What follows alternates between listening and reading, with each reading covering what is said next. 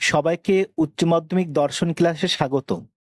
আজকের ক্লাসে আলোচনা করব 2025 সালে উচ্চ মাধ্যমিকের যে রায়মার্টিন কোশ্চেন পেপার বেরিয়েছে সেই কোশ্চেন পেপারে দর্শনের পেজ নাম্বার 455 পেজের মডেল কোশ্চেন পেপার 4-এর যে এমসিকিউ কোশ্চেন ও এসিকিউ কোশ্চেনগুলি আছে সেগুলি আলোচনা করব। দেখ, আরোহ অনুমানের সিদ্ধান্তটি হবে অপশন এ সামান্য সংশ্লেষক বচন। 2, যে যুক্তিতে সিদ্ধান্ত হেতুবাক্য থেকে ব্যাপকতর হয়, উত্তর হবে অপশন সি আরোহ যুক্তি। 3, যুক্তি হলো ভাষায় প্রকাশিত, অপশন সি অনুমান। 4, ও বচনের যে পদটি ব্যাপ্য হয় তা হলো অপশন বি বিধেয় পদ। 5, সত্য বা মিথ্যা কথাটি কোন ক্ষেত্রে প্রযোজ্য, অপশন এ বচনের ক্ষেত্রে। 6, দুটি অভিন্ন উদ্দেশ্য বিধেয় বিশিষ্ট নিরপেক্ষ বচনের মধ্যে কেবল পরিমাণের পার্থক্য থাকলে তাদের বিরোধিতাকে বলে, অপশন ডি অসম বিরোধিতা। 7, এ বচন মিথ্যা হলে বিপরীত বিরোধী ই বচনের সত্যমূল্য হবে, অপশন ডি অনিশ্চিত হবে। 8, ত্রিপলে মূর্তিটি বৈধ হয়, অপশন এ প্রথম সংস্থানে। 9, সাধ্যপদটি সাধ্য আশ্রয় বাক্য ছাড়াও অন্য যে স্থানে থাকে তা হলো অপশন এ সিদ্ধান্তের বিধেয় স্থানে। 10, একটি বৈকল্পিক নিরপেক্ষ ন্যায় বৈধ হয় যখন, অপশন বি একটি বিকল্পকে অস্বীকার করে অপর বিকল্পকে স্বীকার করা হয়। 11, যদি পি তবে কিউ, নয় কিউ অথবা নয় পি। এই যুক্তির আকারটি অপশন বি এমটি। 12, কোনো শিক্ষক নয় অশিক্ষিত বচনটির ভেনচিত্র হলো অপশন ডি। 13, সকল অএসয় পি, এই বচনটির বুলিয় ভাষ্য হলো অপশন ডি এস এর মাথায় বার পির মাথায় বার ইকুয়াল টু 0। 14, যে যৌগিক বচনের অঙ্গবাক্য দুটি এবং ও কিন্তু এই জাতীয় শব্দরা যুক্ত থাকে তাকে বলে অপশন সি সংযোগিক বচন। 15, যে যৌগিক বচনের সত্য সারণীতে সবকটি নিবেশন দৃষ্টান্ত সত্য হয় তাকে বলে অপশন এ সত্য সত্য বচন।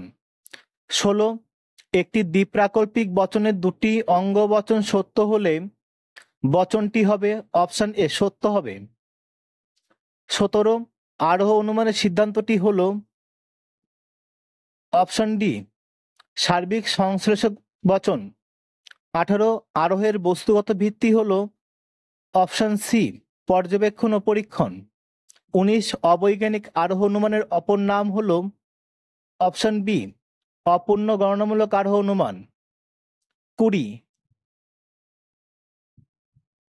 কারণ হলো কার্যের অব্যবহৃত সত্তান্তরহীন অপরিবর্তনীয় পূর্ববর্তী ঘটনা, একথা বলেছেন অপশন এ মিল। 21, কারণ হলো কার্যের আবশ্যিক শর্ত, একথার অর্থ অপশন বি কারণের অনুপস্থিতি থেকে কার্যের অনুপস্থিতি অনুমান করা যায়। 22, যে তর্কবিজ্ঞানী কারণকে পর্যাপ্ত শর্ত হিসাবে গ্রহণ করেন তার নাম অপশন এ মিল।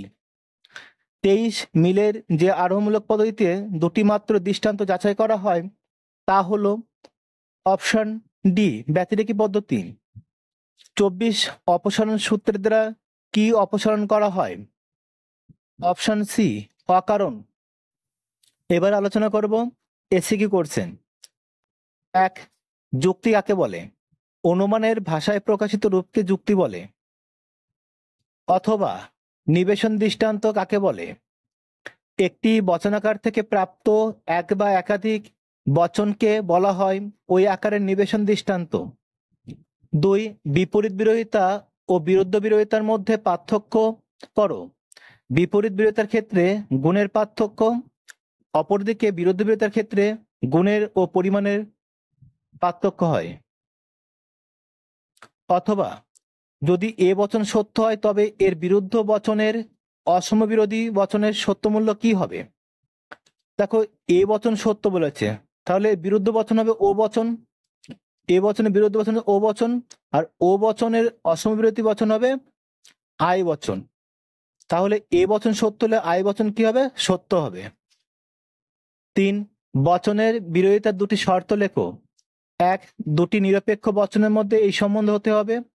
2, বচন দুটির উদ্দেশ্য ও বিধেয় অভিন্ন হতে হবে। 4, আবর্তনের ব্যাপ্যতা সংক্রান্ত নিয়মটি কি? যে পদ আশ্রয় বাক্যে ব্যাপ্য হয়নি সেই পদ সিদ্ধান্তে ব্যাপ্য হবে না।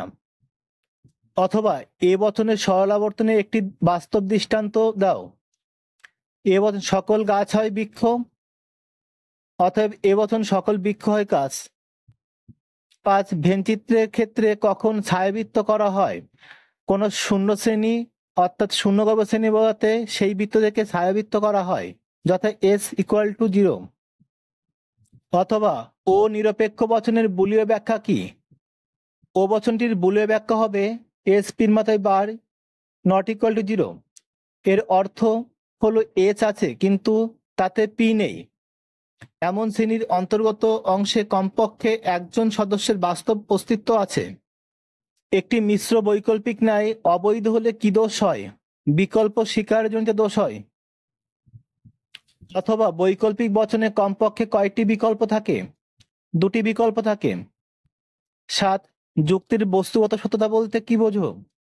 যুক্তির অন্তর্গত বচনগুলির সত্যতাকে যুক্তির বস্তুগত সত্যতা বলে। 8, সতত্ব বাক্য কাকে বলে? যে বচনাকারে অন্তর্গত সব নিবেশন দৃষ্টান্ত সত্য হয়, অর্থাৎ যে বচনাকারে সত্য ছাড়া মিথ্যা নিবেশন দৃষ্টান্ত হতে পারে না, তাকে শতসত্য বাক্য বলা হয়। 9, প্লেটো হন দার্শনিক, ভেনচিত্রে প্রকাশ করো। দেখো, প্লেটো হয় দার্শনিক এ বচন, এর উদ্দেশ্য আর বিধেয় পদ উল্লেখ আছে, তাহলে এ বচনের বুলীয় ভাষ্য হবে S বার =0। তাহলে ভেনচিত্র হবে এইরকম, দুটো বৃত্ত হবে এস বৃত্ত আর পি বৃত্ত, এস আর পি। এখানে এস এর মাথায় বার, পির মাথায় বার। দেখো, পির মাথায় বার আছে, তাহলে পি বৃত্ত বাদ, তাহলে এখানে কি হবে? ছায়াবৃত্ত হবে। 10, মিশ্র ন্যায় কাকে বলে? যে ন্যায়ের প্রধান আশ্রয় বাক্য সাপেক্ষ বচন এবং অপ্রধান আশ্রয় বাক্য ও সিদ্ধান্ত নিরপেক্ষ বচন, তাকে মিশ্র ন্যায় বলে। 11, বৈজ্ঞানিক আরোহ অনুমানের সংজ্ঞা দাও। প্রকৃতির একরূপতা নীতি ও কার্যকরণ নিয়মের উপর আস্থা রেখে কয়েকটি বিশেষ ঘটনার পর্যবেক্ষণের ভিত্তিতে একটি সামান্য সংশ্লেষক বচন প্রতিষ্ঠা করার পদ্ধতিকে বৈজ্ঞানিক আরোহ অনুমান বলে। অথবা অবৈজ্ঞানিক আরোহ অনুমানকে লৌকিক আরোহ বলা হয় কেন? অবৈজ্ঞানিক আরোহ অনুমানে কার্যকারণ সম্বন্ধ নির্ণয় না করেই কেবলমাত্র অবাধ অভিজ্ঞতার ভিত্তিতে সাধারণ মানুষ দৈনন্দিন জীবনে সার্বিক সংশ্লেষক বচনকে সিদ্ধান্ত হিসেবে গঠন করে থাকে, তাই একে লৌকিক আরোহ বলে। 12, আরোহ অনুমানের লক্ষ্য কি? প্রত্যক্ষের অতিক্রমণ। অথবা একটি ভালো উপমা যুক্তির উদাহরণ দাও। যদু ও মধু ম্যালেরিয়া রোগী, যদু কুইনাইনে ভালো হয়েছে, সুতরাং মধু ও কুইনাইন খেলে ভালো হবে। 13, কারণের সহার্থক শর্ত বলতে কি বোঝায়? যে শর্ত উপস্থিত থেকে কার্য ঘটায় তাকে সদার্থক শর্ত বলে। 14, ফলের স্তম্ভ কাকে বলে? সত্য সারণী যে স্তম্ভের নির্দেশক স্তম্ভের সত্য মূল্যের ভিত্তিতে সমগ্র বচনাকারের সত্য মূল্য নির্ণয় করা হয়, তা হলো ফলের স্তম্ভ। অথবা প্রাকল্পিক বচন কখন মিথ্যা হয়? যখন প্রাকল্পিক বচনের পূর্বজ্ঞ সত্য ও অনুক মিথ্যা হয়, তখন প্রাকল্পিক বচন মিথ্যা হবে। 15, কারণের পরিমাণগত লক্ষণ কি? পরিমাণের দিক থেকে কারণ হলো কার্যের সমান। 16, আবশ্যিক পর্যাপ্ত শর্ত হিসাবে কারণের একটি দৃষ্টান্ত দাও। ভিজে জ্বালানিতে অগ্নি সংযোগ ধোয়ার আবশ্যিক পর্যাপ্ত শর্ত।